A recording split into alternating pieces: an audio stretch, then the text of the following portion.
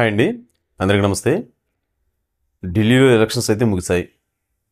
అదే రోజు సాయంత్రం ఎగ్జిట్ పోల్స్ అయితే బయటకు వచ్చాయి. ఏ పార్టీ అధికారంలోకి వస్తుంది, ఏ పార్టీ బలమైన ప్రతిపక్షంలో ఉంటుంది అనేది కొన్ని సర్వేలు అయితే బలంగా వినిపించాయి. అందులో బీజేపీ ఖచ్చితంగా అధికారంలోకి వస్తుంది, ఆమ్ ఆద్మీ పార్టీ బలమైన ప్రతిపక్షంగా ఉంటుందని చాలా వరకు అన్ని సర్వేలు అయితే ఇచ్చాయి.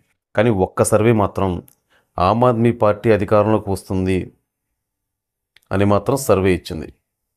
అసలు ఆ సర్వేకున్న క్రెడిబిలిటీ ఏంటి, అసలు ఆ సర్వే ఏంటి, ఆ సర్వే ఎవరు అనేది మనం ఈ వీడియోలో తెలుసుకుందాం.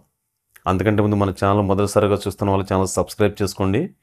వీడియో నచ్చితే లైక్ చేయండి, షేర్ చేయండి, కామెంట్ చేయండి. జనరల్గా ఎలక్షన్స్ అయిపోయిన తర్వాత అదే రోజు సాయంత్రం ఎగ్జిట్ పోల్స్ అయితే రిలీజ్ చేస్తారు. ఈ ఎగ్జిట్ పోల్స్లో ఆయా పార్టీకి తగ్గట్టుగా కొన్ని సర్వేలు అనుకూలంగా ఎగ్జిట్ పోల్స్ రిలీజ్ చేస్తాయి, మరికొన్ని స్వతహాగా కొన్ని ఎగ్జిట్ పోల్స్ అయితే రిలీజ్ చేస్తాయి.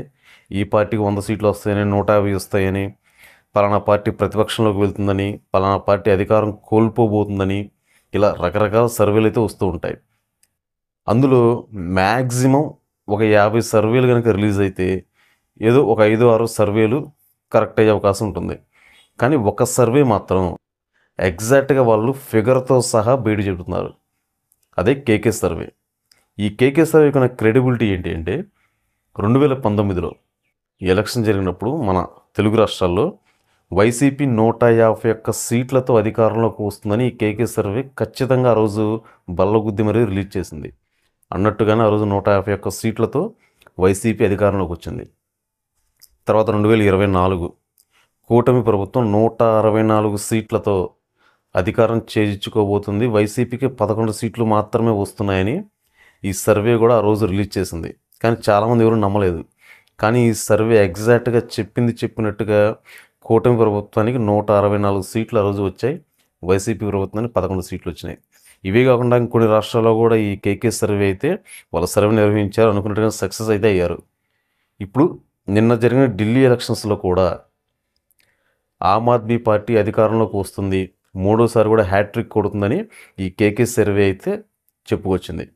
కానీ అన్ని సర్వేలు బీజేపీకి అనుకూలంగా ఖచ్చితంగా బీజేపీ అధికారంలోకి వస్తుంది, ఆమ్ ఆద్మీ పార్టీ మాత్రం బలమైన ప్రతిపక్ష పార్టీగా అధికారంలో తన గొంతు వినిపిస్తుందని మాత్రం చాలా సర్వేలు అయితే చెప్పుకొచ్చాయి. కానీ ఒక కేకే సర్వేనే ఆమ్ ఆద్మీ పార్టీ అధికారంలోకి వస్తుందని బల్లగుద్ది మరీ వాళ్ళు చెప్పుకొచ్చారు. అలా ఎందుకు రావడానికి కారణం కూడా పవర్ పాయింట్ ప్రజెంటేషన్లో కూడా చెప్పుకొచ్చారు ఆయన.